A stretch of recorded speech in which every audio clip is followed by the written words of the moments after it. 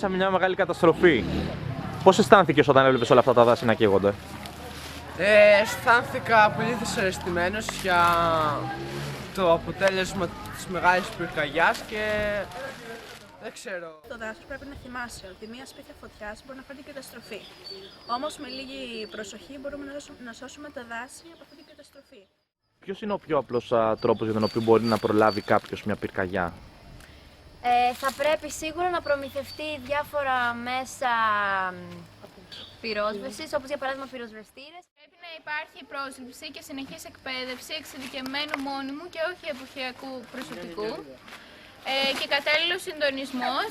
Άλλα μέτρα που μας βοηθά να προστατεύσουμε το δάσος είναι η συνεχής παρακολούθηση της φλεγόμενης περιοχής μέχρι να καταφτάσουν οι πυροσβεστικές δυνάμεις, η χρήση πρόχειρων κατασβεστικών υλών όπως είναι χώμα, νερό και άλλα κλαδιά, η έγκαιρη ειδοποίηση και αναγγελία της φωτιάς είτε με κάποιο τηλέφωνο, σταθερό ή κινητό είτε με φωνές, η απαγόρευση του καπνίσματος στο δάσος και η απαγόρευση καύσης ξερών φύλων και κλαδιών.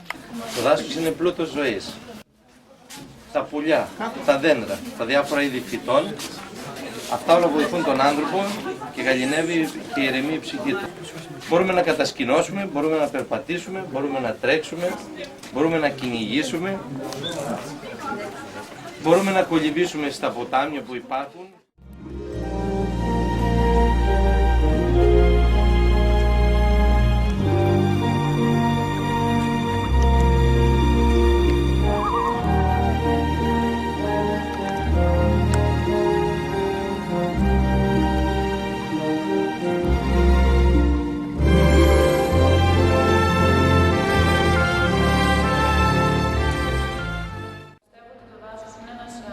Ζωντανός οργανισμός, διότι μαζί με τα δέντρα, καθώς και το κλίμα που επικρατεί, αλλά και τα ζώα, ακόμη και τον άνθρωπο, που πολλές φορές καταστρέφει το δάσος, αποτελούν ένα οικοσύστημα.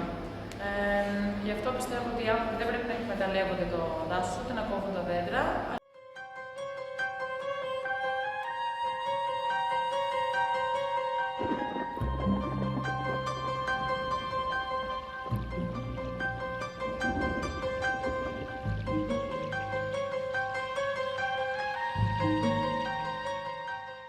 Να κάνουμε κάτι ώστε και αυτό το δάσος να μην περάσει στο παρελθόν.